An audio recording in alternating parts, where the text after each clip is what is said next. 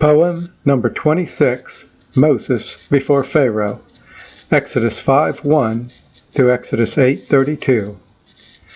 Moses and Aaron told Pharaoh to let my people go. But Pharaoh said, "Why should I? Your God I do not know." Because the God of the Hebrews wants us to sacrifice. Let us journey into the desert. 3 days will suffice. You want 3 days off for all these slaves of mine? I'll tell you your problem, Moses. Your people have too much time. They wouldn't ask to worship if I made their job more tough.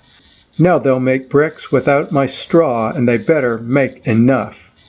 But the brick count came up short, though they worked their hands to the bone. As Pharaoh beat them, they cried, "Moses, you should have left us alone." While the people cried to Moses, Moses cried to God. They're worse off now than before I came. It seems this plan is flawed. God said, "My plan is this. Pharaoh will not obey, and I will show all Egypt who the real king is today.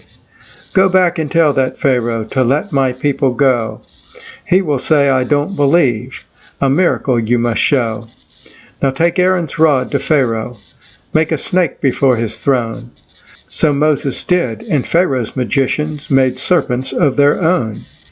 It looked like they were as strong as God. They too had what it takes.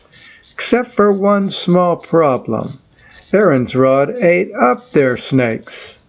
Still Pharaoh's heart was hardened, like stone from dried up mud. So Moses turned the Nile and all the water into blood.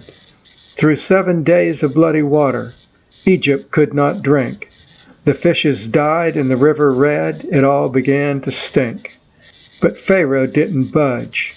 He beat the slaves with flogs. So God made matters even worse. He filled the land with frogs. Frogs in the house, frogs in the food, frogs in Pharaoh's bed. The king was getting sick of frogs. "I'll let you go," he said. God stopped the plague of frogs. Now everything was fine. Did Pharaoh keep his promise? No. He said, "I've changed my mind." So God sent lice throughout Egypt. They got in Pharaoh's eyes. Still he said no. God wasn't through. He filled the land with flies. "Okay," said Pharaoh, "go 3 days and do your sacrifice. I'm sick of blood and flies and frogs and stink and biting lice." God stopped the flies. Do you think now that Pharaoh let them go? I'll bet you know what Pharaoh did. You're right. He told them no.